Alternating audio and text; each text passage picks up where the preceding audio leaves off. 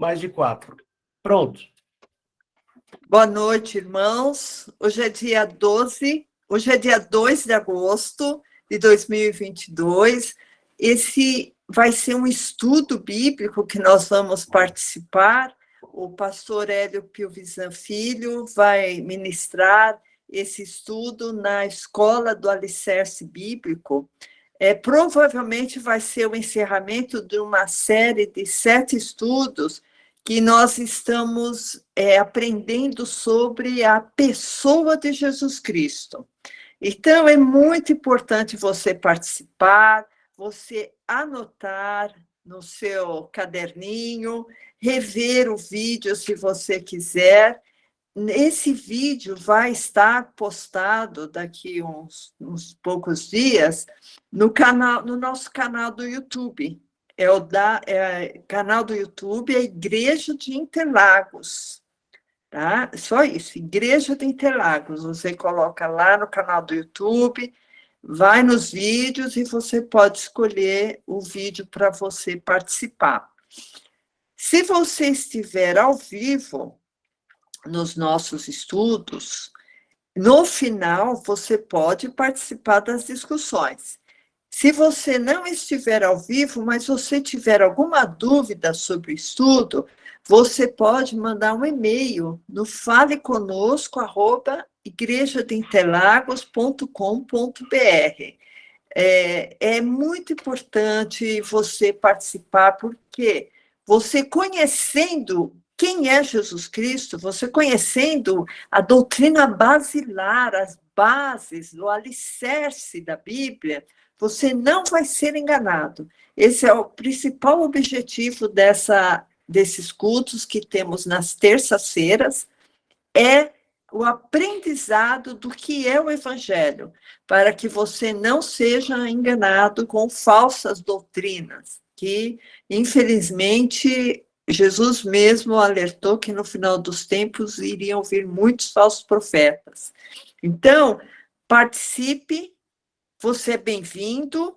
Temos cultos também aos domingos, às 18 horas, e você é uma pessoa especial para participar desse nosso estudo. Amém, irmãos? Nós vamos fazer uma pequena oração para dar o início e anote, se possível. Amém? Senhor Jesus, nós te glorificamos, nós te bendizemos, Pai, porque tu és a razão da nossa vida, Pai. E nós sabemos, Senhor, que tu nos ama, porque tu estás a todo momento cuidando de nós, Pai. Senhor, abra agora, Senhor, os nossos ouvidos, abra o nosso coração, abra a nossa mente, Pai, para que possamos absorver a tua palavra, Senhor, e também, Pai, inspire as palavras que serão faladas pelo pastor Hélio, Pai, porque esse momento é tão rico, Pai, em que nós paramos todos os nossos afazeres para ouvir a tua voz, Jesus. Fale conosco, que nós possamos ser acrescentados, Senhor Deus, dentro do teu evangelho com esta palavra. Em nome de Jesus eu te peço. Amém. Olá, tudo bem com vocês?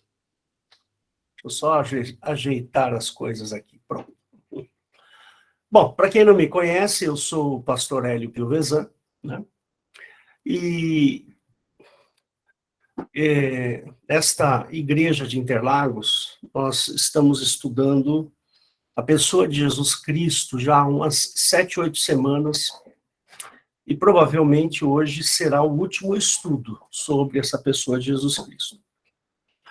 Se não der tempo de eu terminar, porque às vezes eu me empolgo e acabo me alongando. Se eu não conseguir terminar, eu vou terminar a semana que vem, tá bom? Então, prepare-se, porque é assim, aqui nós estamos nesta escola do Alicerce Bíblico, nós estamos estudando a pessoa de Jesus Cristo para que você tenha subsídios em que você possa defender a sua fé, entendeu? Então, é por isso que é importante você anotar ou até rever esse vídeo algumas vezes, Porque o que eu vou falar é o básico do cristianismo. Por que que o cristianismo é do jeito que é? E nós precisamos ter esse entendimento, percebe? Nós precisamos seguir esta linha de raciocínio de maneira correta, não deturpada, não influenciada. Aqui nós vamos utilizar exclusivamente a Bíblia. Está aqui, ó. É esse instrumento aqui, ó. Tá lá, ó. Nós usaremos a Bíblia. Tudo que eu vou falar não tem dedução do pastor Hélio aqui. Nenhuma. E quando tiver dedução, eu falo, ó, isso aqui é o que eu acho. Eu dou o meu parecer pessoal. Tá bom? Hoje nós vamos falar sobre 6 coisas. Presta bem atenção. Vamos falar sobre Jesus sendo um profeta, Jesus sendo um sacerdote e Jesus como rei. Então, aguenta firme aí. Aí, depois nós vamos falar sobre a morte de Cristo, vamos falar sobre a ressurreição e a ascensão. E aí é que mora o entendimento do cristianismo. Tá bom? Então, presta bem atenção. Jesus foi, naquele momento, estou falando lá antes da crucificação, tá? Naquele momento, Jesus era um homem que ele foi sujeitado a muitas dificuldades. Jesus passou por momentos muito complicados, que nenhum homem, inclusive ele, gostaria de passar. Então, Jesus foi preso, ele foi machucado, ele foi, como diz lá em Isaías, ele foi moído por causa dos nossos pecados. Né? E aí é que mora o entendimento. Precisamos entender o que é pecado. Eu já preguei isso aqui algumas vezes. Percebe? Porque senão vai ficar aquele raciocínio meio católico. Percebe? Eu não quero colocar aqui um raciocínio meio católico, meio espírita. Você percebe? Meio religioso. Não. Eu quero colocar aquilo que está dentro da palavra, que a palavra nos garante. A Bíblia é a nossa fonte de entendimento. Então, aquilo que as religiões por aí falam, muita dedução, sabe? Tem muita, como diz lá, aquele ditado, o pessoal viaja muito na maionese, velho. Viaja demais. Não, nosso ponto de encontro é aqui, ó. Isso aqui é que vai nos garantir o entendimento daquilo que é o cristianismo. Então, vamos lá. Jesus foi um sujeito que ele passou por todas as dificuldades humanas, percebe? Sabe aquela... Já falei isso aqui algumas vezes para vocês, né? Todas elas, todas as dificuldades de que um homem do sexo masculino passa, ele passou. Todas as dificuldades. Jesus foi tentado, eu costumo falar aqui que as pessoas não gostam muito de falar isso. Jesus foi tentado no sexo, Jesus foi tentado na barriga com fome, Jesus foi tentado na visão, no ouvido, Jesus foi tentado em tudo o que um homem pode ser tentado. Porque Jesus era feito de carne e ossos. Então, ele veio justamente para isso. Né? Tem uma conclusão minha, né, que eu sempre gosto de falar, que é o seguinte. Né? A lei foi dada lá por Moisés. Né? E se você ler o livro de Efésios ali, você vai perceber como Paulo trata a lei de Moisés. Ele trata como muro, como inimizade.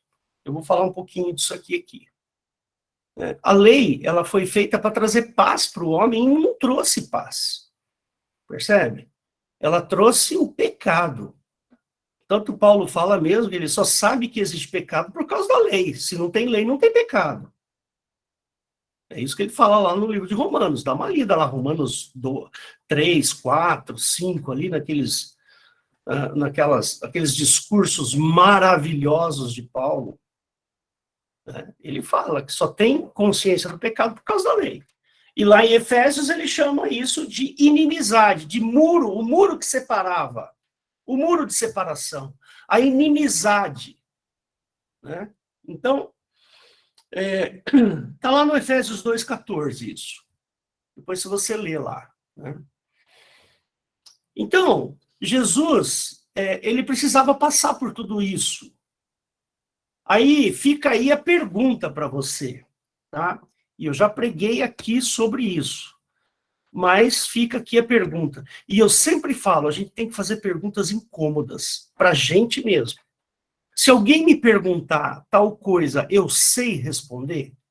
Mas não fica nas perguntas mais facinhas, não. Faça as perguntas mais difíceis para você mesmo. Você consegue responder essas perguntas? Então fica aqui uma pergunta: por que Jesus teve que passar por tudo que nós passamos? Por quê? Qual que é a natureza? O que é que empurra Jesus a fazer isso? Eu estou falando de maneira externa, não interna. Você pode falar, o amor de Cristo. Não, eu não estou falando da pessoa dele. O que é que vem de fora que empurra Jesus a ir para a cruz? Você consegue responder essa pergunta? Pois é, então. Depois, lá para frente, eu até respondo para você. Se você não consegue, meu amigo, você tem que estudar o cristianismo, você tem que saber o que é cristianismo. E você vai saber hoje muita coisa. Eu garanto para você. Prometo para você que você vai sair desse vídeo aqui, ó, sabendo um monte de coisa. Tá bom? Então vamos lá. Jesus, ele é filho do homem, que significa nascido do homem, justamente para ter a natureza humana. Então, Jesus tinha a natureza humana. O que fazia Jesus ser diferente de nós? Deixa eu admitir uma pessoa aqui. O que fazia Jesus ser diferente da maioria era a fé e a confiança que ele tinha no Pai. Tanto é que Filipe chegou para ele: Jesus, mostra-nos o Pai. Aí Jesus falou assim: Filipe, tenho estado convosco há tanto tempo e não me reconheceu? Eu e o Pai somos um. O que eu faço, o Pai faz. O que o Pai faz, eu faço. Crede em mim, pelo menos pelas mesmas obras. Ou seja, as obras do Pai e as minhas obras são as mesmas. Isso é que diferenciava. E ele veio justamente para mostrar esse amor do Pai. Que você pode ser igual a Jesus nesse quesito. Percebe? Você pode ter uma fé idêntica ao que está escrito lá em João capítulo 14. Igualzinho. Percebe? E nós precisamos nos aprimorar para isso, para chegar naquele ponto. Né? Então, na Bíblia, você vê que Jesus, ele tem... Jesus, ele é uma pessoa que, vamos dizer assim, ele assume o papel de filho de Deus depois da ressurreição. Né? Ele é declarado filho de Deus, Romanos 1,4, depois da ressurreição. Percebe? Ele não é um filho de Deus, ele é o filho do Pai. Percebe? É diferente do que está lá em Jó, capítulo 1, capítulo 2. Percebe? Em que os filhos de Jeová vieram ter com ele. E Satanás, dentre eles, ou seja, filho de Jeová é Satanás. Um dos filhos de Jeová é Satanás. Eu vou mostrar para você. Eu sei que isso aí dói nos nossos ouvidos, né? Eu sei, eu entendo que é difícil a gente aceitar isso de chofre. Então, eu vou mostrar para você, de chofre, gente, é de repente, assim, repentinamente, tá? Às vezes eu uso um linguajar meio antigo, né? É porque já percebeu que pelas minhas cãs, você sabe o que são cãs? Cãs são isso aqui, ó, cabelos brancos. Deixa eu te mostrar aqui, em Jó, capítulo 1, ele fala assim, olha, ele fala assim aqui, ó, 1:6. E um dia em que os filhos de Deus vieram apresentar-se perante Jeová, essa palavra Senhor aqui, ela está em toda maiúscula, porque ela tem o significado de Jeová. Tá? Veio também Satanás entre eles. Entre eles quem? Entre eles os filhos, ou seja, Satanás é um dos filhos de Jeová. Está aqui, ó. Satanás não é um penetra, gente. Né? Esse texto aqui dá a sensação de que Satanás é um penetra, mas não. Satanás, aqui, neste contexto aqui, é uma pessoa de suma importância. Por que é de suma importância? Porque Jeová fala com ele, não fala com os outros. Aqui, ó. E Jeová disse a Satanás, ué, mas não tinha vários filhos? Por que ele escolheu justamente o capeta para conversar? Você consegue explicar isso para mim, Valdo? Não, né? Ei, Weber, você consegue explicar isso aí para mim? Não, não dá para explicar. Não. Por quê? Não. Pode falar, irmão. Nós não conseguimos, não, pastor, explicar isso aí, não. É muito esquisito. Pois é. Por quê? Porque Satanás é um dos filhos de Jeová, está escrito aí. E não é um filho qualquer. É que eu acho que eu não pus para né? Peraí. Eu esqueci de compartilhar. Peraí, só um minutinho. Desculpa, tá? Ó, tá aqui, ó. Agora sim, vocês estão vendo, né? Beleza. Então, ó, tá aqui, ó. E num dia em que os filhos de Deus vieram apresentar-se perante Jeová, veio também Satanás entre eles. Satanás aqui não é um penetra, é um dos filhos. E não é qualquer um dos filhos, é um filho importante. É um filho o qual esse Senhor Jeová aqui dá toda a atenção para Satanás. Percebe? Eu acho que você nunca pensou dessa maneira, né? Então, presta bem atenção. De onde vens? E Satanás respondeu a Jeová e disse, de rodear a terra e passear por ela. De rodear a terra significa que a terra é redonda. E disse o Senhor, e disse Jeová a Satanás, observaste tu, meu servo Jó? Né? Porque ninguém há na terra semelhante a ele. Homem íntegro e reto, temente a Deus, e que se desvia do mal. Ora, por que Jeová está negociando a vida de Jó? Por quê? Esquisito, né? Então, ó, de quinta-feira, quinzenalmente, nós temos um culto chamado Escola da Doutrina Bíblica. Participa, porque a gente discute esse tipo de assunto lá. Tá bom? Então, vamos voltar aqui. Vamos falar de Jesus, que é o nosso foco. Né? Jesus não é um filho de Deus, como está lá em Jó que você leu agora. Não. Por que ele não é um filho, um daqueles filhos de Deus? Ou melhor, Jesus não é um dos filhos daquele Deus. Entendeu? Aquele Deus tem vários filhos. O Pai de Jesus Cristo tem um único filho, que quando Jesus veio, ele foi chamado de filho unigênito, o único gerado. Deu para entender? Ora, se ele é o único gerado, o pai gerou um único filho, então o pai, aquele senhor que está lá, que a gente viu em Jeová, que a gente viu em Jó, não pode ser o mesmo. Como é que Deus pode gerar um único filho no Novo Testamento e vários filhos no Velho Testamento? Não dá, né? Alguma coisa está errada aí. Percebe? Tá bom, continuando. Jesus, ele veio e foi... e a gente, pelos escritos, pelo que a gente tem de notícias a respeito de Cristo, ele sempre foi considerado o Filho de Deus, né? Aí, depois ele foi colocado como primogênito. Por quê?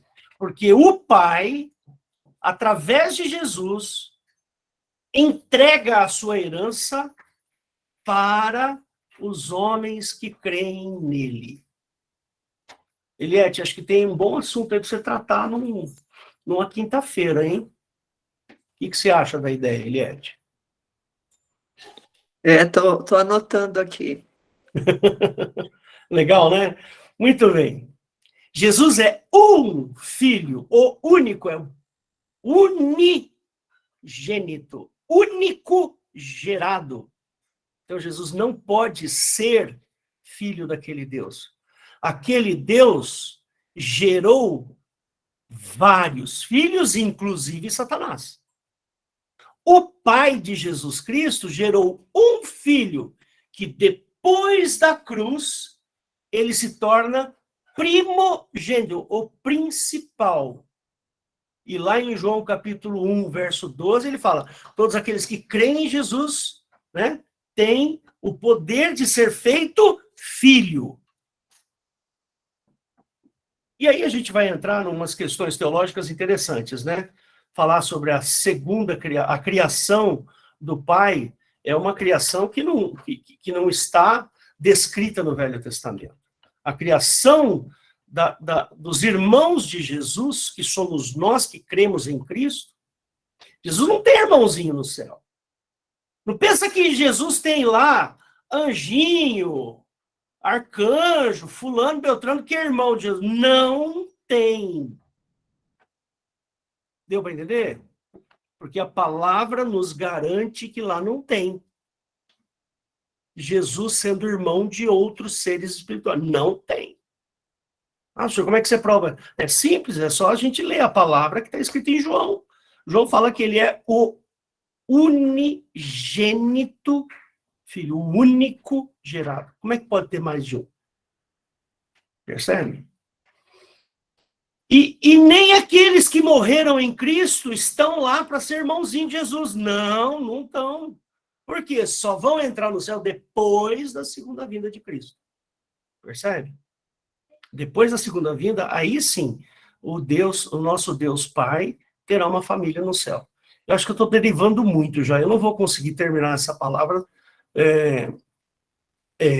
Não vou conseguir terminar essa palavra numa única pregação. Provavelmente eu vou estender para a próxima semana, tá?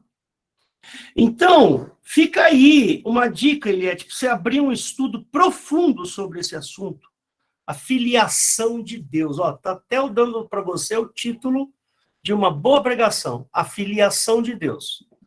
Tá bom? Jesus, ele tem um relacionamento diferente com Deus. Diferente de tudo que existe no Velho Testamento, os relacionamentos dos homens com o Deus Jeová do Velho Testamento é diferente do relacionamento que Jesus tem com o Pai dele. Então, as características de relacionamento de Jesus com o Pai não tem nada a ver com o que está no Velho Testamento. Nada a ver. Percebe? O Pai não aparece. Tanto é que em João diz que Jesus veio revelar o Pai, né? Está lá. João 1, verso, eu já vos falo, João, é que minha Bíblia está fechada aqui, mas, ó, João, capítulo 1, verso, tá aqui, ó, 18. Deus nunca foi visto por alguém, ou seja, o Pai, o nosso Pai, o Deus que eu creio, que é o mesmo Deus que de Jesus, está Está aqui, ó. Nunca foi visto por alguém. O unigênito filho, o filho unigênito, o único gerado, que está no seio do Pai, esse o revelou. Então, é disso que nós precisamos. Precisamos entender a palavra de maneira lógica. Então, por que está escrito unigênito? Se Deus tem um monte de filho, que está lá em Jó capítulo 1. E por que Jesus é o unigênito? Aí vem a teologia, aquela coisa, é o único que foi gerado em carne. Não, é filho, não importa se é gerado em carne, se não é gerado em carne. Lá no Velho Testamento diz que Deus tem muitos filhos. No Novo Testamento está dizendo que Deus tem um único filho. O que eu posso concluir, meu irmão? São deuses diferentes. Jeová é o Deus do Velho Testamento. O Pai de Jesus Cristo é o Deus do Novo Testamento. É simples aí, simples assim. Muito bem. Jesus, ele veio em alguns contextos. O primeiro contexto, Jesus veio como profeta. Né? Tanto é que lá em João capítulo 3, o próprio Nicodemos fala, sabemos que és profeta, né, para fazer tudo isso que o senhor está fazendo. Né? Então, vamos começar a anotar aí. Vamos lá. Pega o lápis, agora eu vou falar coisa interessante. Importante salientar aqui que o profeta não significa aquele que prediz. Há um erro muito grande com relação a essa palavra profecia. Percebe? Profecia não é aquele que prediz o futuro que vai acontecer. Não é. O que vai acontecer é uma revelação, não é uma profecia. Por isso que o Apocalipse é chamado de revelação. Profecia é a advertência que Deus nos dá. Percebe? Então, você recebe uma profecia de Deus. Não é o que vai acontecer. A profecia, ela tem como objetivo advertir a minha vida. Percebe? Então, sabe aquele lance de igreja pentecostal, por aí, que eu já vivi, inclusive? Deus me diz, percebe? Aquela mulher é profeta. Disse que você vai casar com fulana. E aí, a fulana acaba casando com o cara porque Deus disse, né? O Deus dessa pessoa disse, aí a fulana não gosta do cara, o cara não gosta da fulana, e os dois têm que se aguentar o resto da vida. Então, cai fora disso aí. Isso não é profecia. Tá? Eu chamo isso de esoterismo cristão. Percebe? Porque se alguém tem que revelar para alguém, Deus vai revelar alguma coisa para o noivo e para a noiva, não para uma terceira pessoa. Tá? Deus nos trata como filhos. Ele não nos trata como fofoqueiro. Deus não é fofoqueiro. Eu vou falar para ela. Aí ela pega e fala para os dois lá que os dois têm que casar. Isso é fofoca. Isso não é profecia. Profecia é advertência, tá? É importante salientar aqui que profeta não significa aquele que prediz o que acontecerá, mas sim aquele que revela a vontade do Pai. Então, a profecia é uma revelação do que Deus quer para mim, não para os outros. Percebe? Ou mesmo como um agente de Deus em relação à sua vontade. Então, eu vou falar rápido e depois você volta à gravação e anota, né? Mas, isso tudo que eu falei está baseado em Marcos, capítulo 6, verso 15, João, capítulo 4, verso 19, João, capítulo 6, verso 14, e João, capítulo 9, verso 17. Então, nesse contexto que eu acabei de mostrar para você, quando Jesus veio, ele veio para revelar o Pai, a vontade do Pai. Tanto é que lá nas cartas de Paulo, né, que a vontade de Deus é que todos se salvem e cheguem ao conhecimento de Deus, da palavra, né? Essa é a vontade de Deus. Então, Jesus veio como um profeta, não para predizer o futuro. Percebe? Jesus não fazia esse tipo de coisa, sabe? Num culto lá, Jesus pegava, fechava os olhos, botava a mãozinha. Olha, Deus, o Senhor Deus está dizendo que você tem que casar com fulana, e fulana você tem que casar com fulano. Deus não faz isso, gente. Pelo amor de Deus. Leia a Bíblia. Vá atrás do que está escrito na Bíblia. O comportamento de Jesus é o nosso comportamento. Não inventa moda. Que quando a gente inventa moda, pode acontecer como aquelas pessoas em Atos que foram advertidos pelos profetas. Tinha gente lá que até queria comprar a fé, se não me engano, de Pedro. Percebe? Irmãos, a Bíblia é um negócio sério, irmão. Não é brincadeira, não. Você ficar aí fazendo proselitismo, querendo ganhar o dízimo dos outros. Jesus, nesse contexto que eu acabei de colocar, o revelador da vontade do Pai, ele é, então, um profeta. Da parte de Deus, ele é o agente que nos traz a noção de salvação, o entendimento da salvação. Isso está em Mateus 16, 25, Mateus 18, 11, Lucas 19, 10, João 10, 9 e João 12, 47. Jesus anuncia um reino para a gente. Ele fala, olha, o meu pai tem um reino. E o reino do meu pai não é deste mundo. Tá certo? Lembra lá no Velho Testamento, para você aí que não nos conhece muito bem, lá no Velho Testamento, Jeová fala que ele é o Deus de toda a carne. Que ele é o Deus do ouro e da prata. E tem mais coisa aí, viu? Tem mais que ele falava lá. E Jesus nunca disse isso. Percebe? Jesus nunca falou que ele era o dono do ouro e da prata. Muito pelo contrário. Para repudiar o que se era feito no Velho Testamento, Jesus comeu o pó. Percebe? Jesus, a Bíblia fala que Jesus não tinha onde encostar a sua cabeça. Jesus andava, ele não pegava helicóptero para chegar lá. Ele andava de chinelo, debaixo do sol.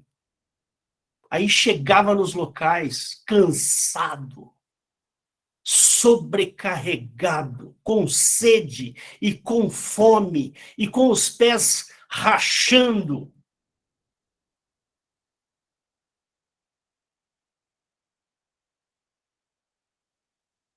Jesus anuncia um novo reino.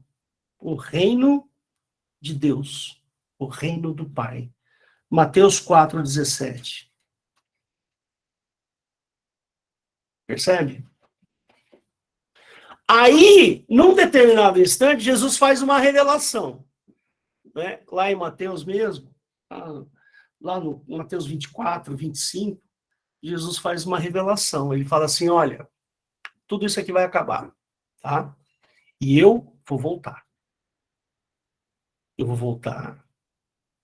Agora, toma cuidado, não acredita em qualquer um. Porque está assim de falsos profetas. Muitos dirão, eis o Cristo aqui, eis o Cristo ali. Não lhe des ouvidos.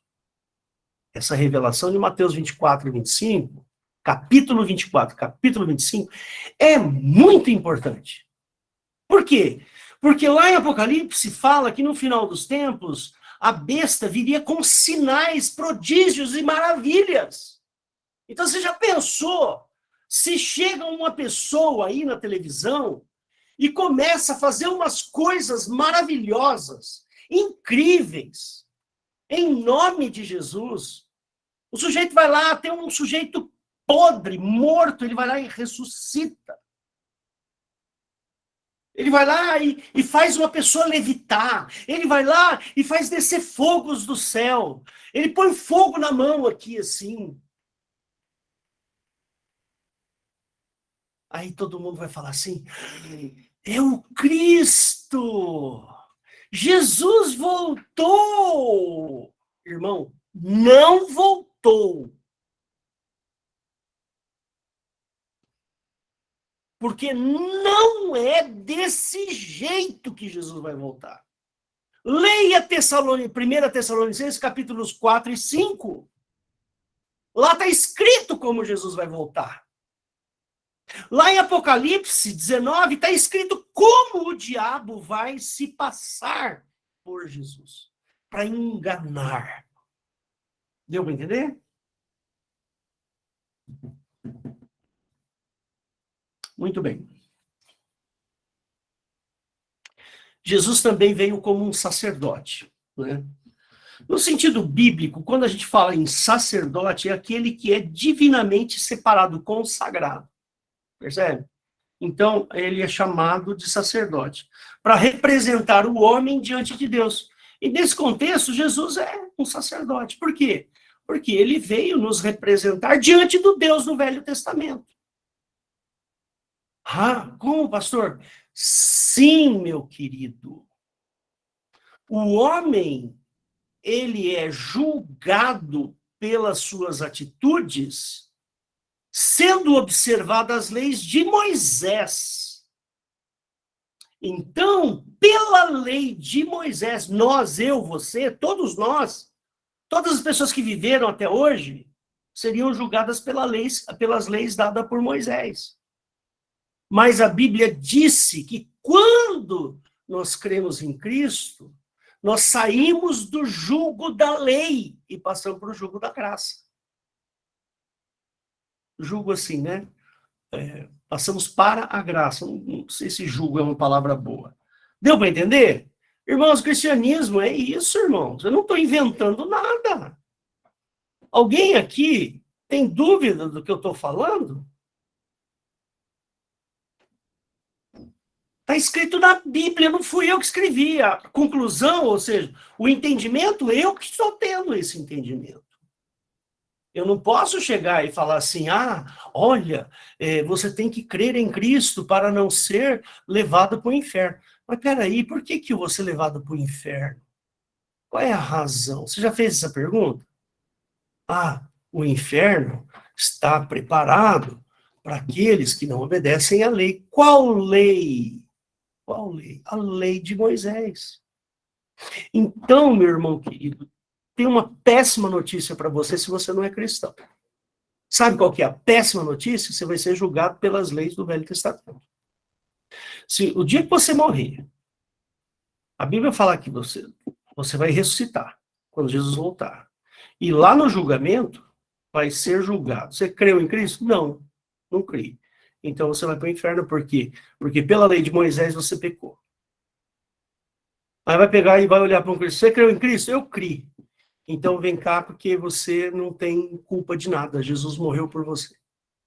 Pode entrar. Entendeu? Eu estou fazendo aqui uma elucubração simples, tá, gente? Pelo amor de Deus. Só para a gente entender. Vai ter um determinado momento que Jesus falou que ia separar os bodes das ovelhas. Né? Ele vai separar aqueles que são da lei de Moisés para o lado esquerdo, aqueles que são da lei de Cristo para o lado direito. E aí ele vai falar assim, para aqueles que estão do lado esquerdo, vão dizer assim, mas Senhor, nós oramos em teu nome, fizemos maravilhas em teu nome, fizemos isso, fizemos aquilo. Apartai-vos de mim, vós que pratiqueis a iniquidade. Aqueles da direita vão chegar e vão falar assim, mas Senhor, quando por que nós estamos aqui? Ele falou assim, olha, toda vez que vocês... ele vai falar assim, vocês me visitaram quando eu estava na cadeia, quando eu estava doente, eu tive fome e dez de comer, e eu tive sede e dez de beber, e assim vai. Aí eles vão falar assim, mas quando que nós fizemos isso, Jesus? Quando vocês fizerem um desses pequeninos, a mim me fizeste. Entra, benditos de meu Pai, e assim vai. Depois você lê lá. Entendeu? É assim que está escrito, irmão. Não estou inventando moda, não. Então, Jesus, presta bem atenção. Jesus, ele veio revelar o Pai. Jesus veio nos dar a opção de sermos julgados pelo amor dele ou pela lei de Moisés. Por isso que lá em Efésios ele fala assim, ele derrubou o muro de separação. Ou seja, aquilo que nos fazia culpados, ele derrubou o muro. Ele derrubou, ele desfez a inimizade, isto é, a lei dos mandamentos. Efésios 2, 14, se não me falha a memória.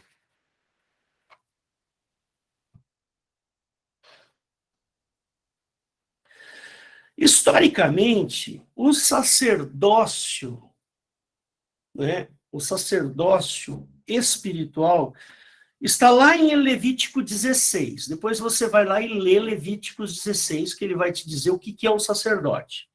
E também está em Hebreus 8 e 10. Leia Hebreus 8 e 10. Vai se instruir, meu irmão. Você precisa se instruir, para não ser pego de surpresa. Para você não ser pego que nem aquelas virgens que não encheram as botijas de óleo.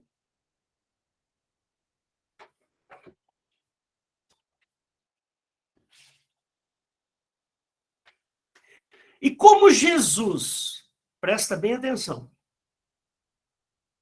como Jesus, ele participou da natureza humana, ele foi tentado. Imagina Jesus ali em Lucas 4, o diabo ali, a palavra diabo está escrito como adversário, né? Que é um dos filhos de Jeová, tá? Lembra? Né? Satanás é um dos filhos de Jeová. Então, um dos filhos de Jeová chegou para Jesus e falou assim, Jesus, pensa bem, ó, você ficou 40 dias nesse deserto aí, você deve estar morrendo de fome e sede, cara. Que tal um pãozinho de queijo? Que tal um pãozinho de queijo? Um chazinho, um pãozinho de queijo? Talvez um filé mignon, ou uma taça de vinho, ou talvez uma lasanha. Jesus, o que você acha? Jesus vira para ele e fala assim, nem só de pão viverá o homem, mas de toda a palavra que sai da boca de Deus. E assim foi. Aí Jesus foi, aí o diabo passou um cinema para Jesus, todos os reinos da terra. E a gente fica imaginando, né? Reinos, onde tem um rei bonitão, uma rainha maravilhosa. Não, ele está falando do reino mais podre que existe. O reino das prostitutas. O reino do dinheiro, das desgraças. O reino da podridão, da satisfação. O reino do prazer. O reino do dinheiro. Tudo isso foi mostrado para Jesus. Jesus falou, não quero. Obrigado. É maravilhoso isso. Meu, Jesus é um sujeito fabuloso, irmãos. A gente está habituado com o linguajar da Bíblia, né? Mas vamos tentar ser um pouco mais criativo quando você lê na Bíblia. Seja um pouco mais criativo, né? Tá bom? Então, quando Jesus não peca, ou seja, ele não trai a lei, ele não é, ele não faz nada contra a lei de Moisés e é morto, aí ele recebe autoridade sobre a lei. Então ele vai lá e derruba a lei. 2 Coríntios, capítulo 3, verso, talvez 14 ou 12. Deixa eu ver aqui, certeza. Vou falar aqui para você já. 2 Coríntios, capítulo 3, deixa eu abrir aqui na minha Bíblia. Que eu estou em Romanos ainda, hein? Agora 1 Coríntios, tá. 2 Coríntios, capítulo 3.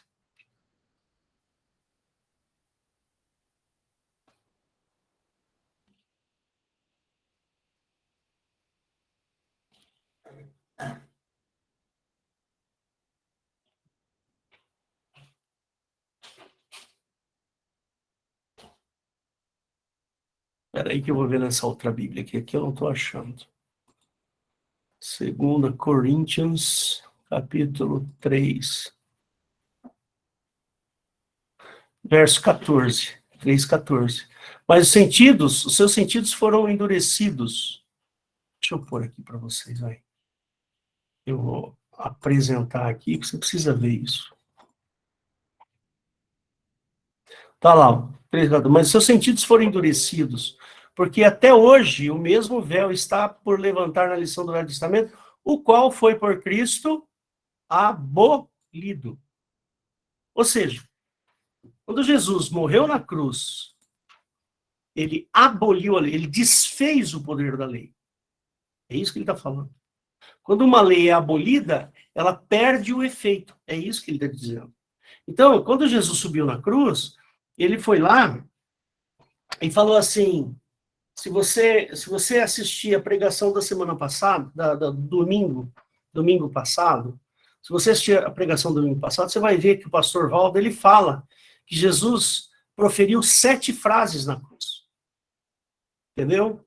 Ele proferiu frases ele proferiu uma frase para o cara que tinha sido preso do lado direito, ele proferiu uma frase para a mãe dele, ele proferiu uma frase, muito interessante isso, ele fala assim, Eli, lama sabachthani, que significa Deus meu, por que me desamparaste? Quando Jesus estava falando isso, ele estava falando para o Deus dono da lei, que é Jeová. Jesus teve um papo reto com Jeová.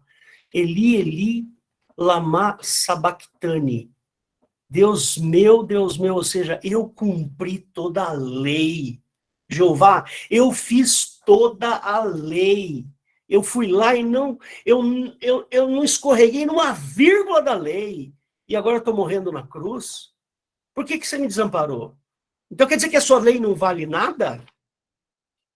Então, a partir de agora, a sua lei perde o efeito em quem crer em mim. Porque eu estou derramando meu sangue injustamente. Se o meu sangue está sendo derramado injustamente, significa que a sua lei é injusta. Portanto, a partir de agora, ela perde o efeito. Aí Jesus vira para o pai e fala, Pai, a ti entrego o meu espírito. E aí Jesus morreu.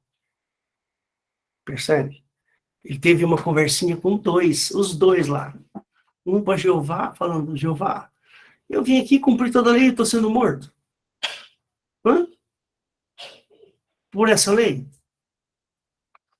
Ora as bolas. Lembre-se que lá, em algum dos evangelhos, Jesus falava assim, eu dou a minha vida e eu a tomo de volta. Ou seja, foi opção de Jesus. Jesus escolheu ir para a cruz. E mais, ele escolheu ir para a cruz sem pecado. Por isso que ele não podia pecar. Percebe? Jesus não podia pecar. Ele tinha essa consciência. E quando ele chega na cruz, irmãozinho, presta atenção no que está escrito na Bíblia. Como é que ele pode falar, Deus meu, por que me desamparaste? E falar depois, logo em seguida, Deus, a ti entrego meu espírito? Deus não, Pai, né? Ele faz essa diferenciação entre Deus e Pai. Então, irmão, presta atenção no que está escrito, velho. Não fica acreditando aí. Vai ler a sua Bíblia aí, tá? Então, isso tudo que eu falei agora está baseado em Hebreus 2, 14 a 16. Em Hebreus 9, 24, nos dá a ideia completa de que o sacerdote representa diante de Deus, quer dizer, o sacerdote representa diante de Deus em nosso favor. Está lá em Hebreus 9, 24. O sacrifício oferecido foi perfeito e atendeu praticamente todo o propósito de uma crucificação. Isso está em Hebreus 9, 12. Por isso que toda vez que nós oramos em nome de Jesus, nós estamos pleiteando o sacrifício de Cristo como base da nossa aceitação. Ele nos garantiu isso. Onde é que está essa garantia? A garantia de que nós estamos pleiteando a nossa aceitação. Está em João 14, 13, João capítulo 14, versos 13, 15 e 26. Depois João 15, 16. Está aí. Percebe? Vai estudar, irmãozinho. Estuda bem. Jesus Cristo Rei. Seguramente que Jesus rejeitou o plano de ser Messias do Velho Testamento. Ele não quis ser Messias. Como está em Lucas 4.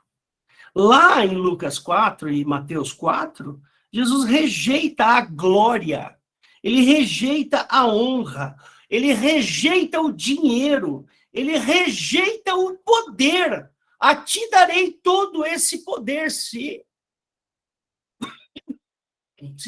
ajoelhar diante de mim.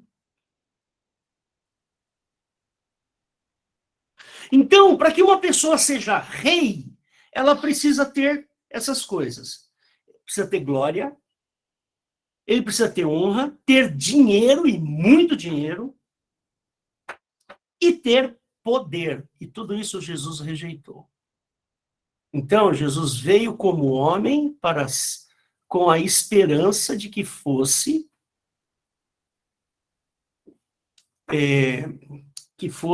o Messias do Velho Testamento. Mas Jesus rejeitou. Ele não quis ser o Messias do Velho Testamento.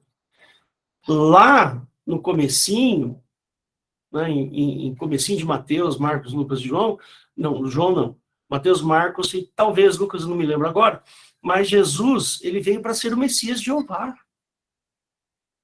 Só que ser Messias de Jeová estava longe das intenções de Cristo. E aí Jesus rejeitou tudo. Jesus comeu o pó. Ele se rastejou. Percebe? Agora, ele é um rei. Agora ele é, né? Rei dos reis. Mas ele afirmava que o meu reino não é deste mundo. Né? Isso está lá em João 18, 36. E ele dizia assim, que o reino dele estava no futuro. Lucas 23, 42.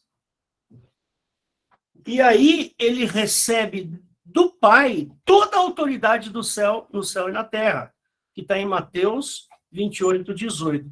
Então, antes de ressuscitar, Jesus não era o que se esperava que ele fosse. Tanto é que o próprio João Batista chegou e mandou algumas pessoas perguntar para Jesus. Falou assim, Jesus, é você mesmo? Ou você é o Messias ou devemos esperar outro? Aí Jesus dá aquela resposta assim, sensacional. Vai lá, fala para o João Batista que os mortos ressuscitam, os doentes são curados, os demônios são expulsos, e assim por diante. Aí ele que tira essa conclusão. No fundo, ele estava falando isso, né? Eu vou terminar por aqui, porque já está dando 1 hora, né? E a gente continua na próxima semana. Próxima semana eu vou trazer os outros 3 detalhes aqui que eu estou falando para vocês, que é a morte, a ressurreição e a ascensão. Então, crianças, prestem bem atenção. Não acreditem naquilo que você ouve. Vai tirar a prova do que está na Bíblia. Tá bom? Senão você vai ser feito presa. Percebe? Presa.